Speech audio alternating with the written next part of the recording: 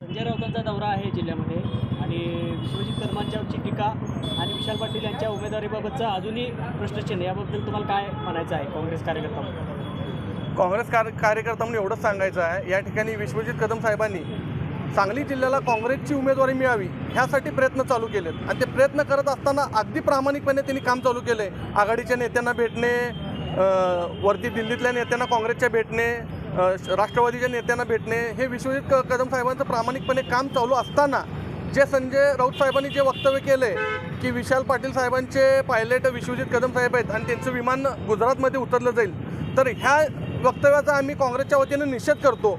आणि ह्या ठिकाणी काँग्रेसचा कार्यकर्ता म्हणून आणि काँग्रेसच्या सांगलीतल्या जनतेला पडलेला प्रश्न एवढाच आहे की अशा पद्धतीचं वक्तव्य राऊत साहेब करत असतील तर एक वेगळ्या पद्धतीचे भाजपला मदत करण्याचं काम राऊत साहेब करत आहेत का, असा पडलेला काँग्रेसच्या कार्यकर्त्याला प्रश्न आहे.